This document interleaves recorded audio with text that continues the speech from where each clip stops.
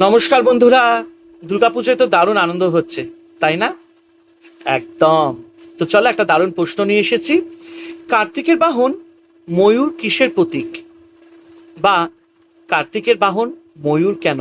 তো চলো এই প্রশ্নের উত্তরে আমাদের কাছে স্বামী বেদানন্দ মহারাজ যে খুব সুন্দরভাবে আলোচনা করেছেন। তিনি বলেছেন, ময়ূর কার্তিকের বাহন। ময়ূর ভারতের জাতীয় পাখি। অসাধারণ কর্মতৎপর এই পক্ষী এবং খুবই সুন্দর দেখতে। একদম। সৈনিক পুরুষের নানা গুণাবলী কার্তিককে ময়ূর বাহন করতে সহায়তা করেছে।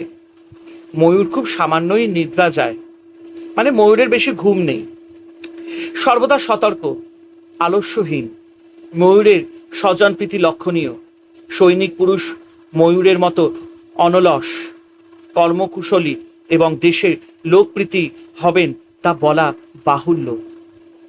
তাছাড়া ময়ূর মেঘ দেখলে যেমন আনন্দে পেখম তুলে নৃত্য করে, তেমনি ধীর ব্যক্তি শত বিপদেও উৎফুল্ল থাকবেন। নিশ্চয়ই এসব ভেবেই পণ্ডিতেরা সুন্দর কার্তিকের সঙ্গে মনোলোভা ময়ূরকে সঙ্গে নিয়ে থাকবেন। জয় সেনাপতি কার্তিকের জয়। জয় দেবী দুর্গা দুর্গতি নাশিনী। জয় মা দুর্গার জয়।